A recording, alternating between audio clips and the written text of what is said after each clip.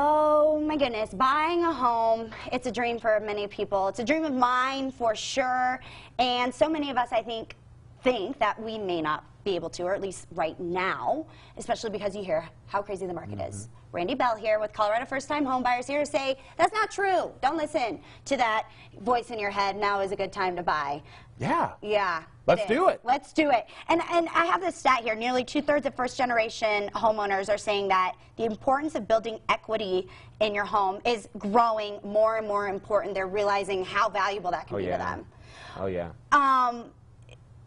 Is it going to grow the equity over time, the value that will come from it? Well, let me pull out my crystal ball back here and give you the future. Tell us, Randy. Yeah, I mean, you know, there's a lot of smarter people than me who come up with these stats. Tatiana Bailey, who does the economic and housing update here on Fox 21, she's got a bunch of great info coming out. The market is going to continue to grow. It's going to happen. There's still going to be a housing shortage this year because there's just not enough homes the builders haven't built. So the stats, yeah. And if you wait, if you don't get into it and fight for it, and you got to pretty much fight for that home, but it's well worth it if you fight for it. But one of the things that they're saying is over the next year, interest rates are going to go up a smidge. In 12 months, it's going to cost you a couple $100 more a month to own that house because of the interest rates, along with some other things. And it's just going to get pricier.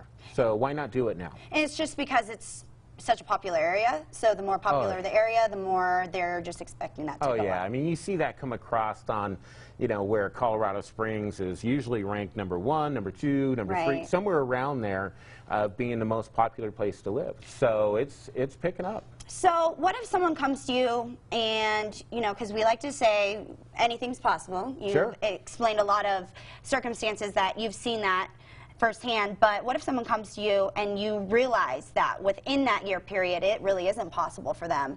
What would be your tip or suggestion the next year? Yeah, I mean, obviously most people want to save money for that, but we do have the down payment assistance and grants available. So, you know, and the other big picture people don't realize is it's only about $5 a thousand towards your mortgage payment. So every $1,000 you save and put towards that house, it's only going to lower that payment by $5. So it's not very dramatic on what it's going to save you. But over time, it can. But on average, a first-time home buyer right now that we're seeing, our stats are 24 months and they're buying another house. So is it worth trying to save all that money, or is it just get in now and utilize maybe that extra cash you had for some improvements? I like that idea. I like that idea. But it is crazy to think that people are literally just buying their home, even first-time home buyers. If they're smart, like you're saying, that's kind of the smart move. Buy a home, sell it quickly. Yeah. You'll get a lot of money for it. Do you foresee the area, the market size, like Colorado Springs, the outskirts are just going to keep growing and growing and growing too? Oh, yeah. I mean, you look at Pueblo. Pueblo is booming right now because there's a lot of people who can work remotely after the pandemic. They can go anywhere, but they still want to be with maybe a couple hours of Denver, so they're going to Pueblo. Pueblo's booming right now. People are moving there because they can.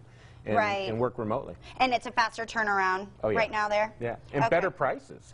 The market in the Pueblo area versus the Springs is going to be easier to get a home usually in Pueblo than it is in the Springs, depending on the price point. Okay, and so that could be a good option if you can't do it within this year. Maybe around that time, Pueblo or the outskirts are going to be a little more easy. And why not buy a house in Pueblo today, and then if you really want to be in the Springs, build that equity, and then come back to Colorado Springs in a year. I like the way you think, as always. Thank you so much, Randy. We appreciate having you.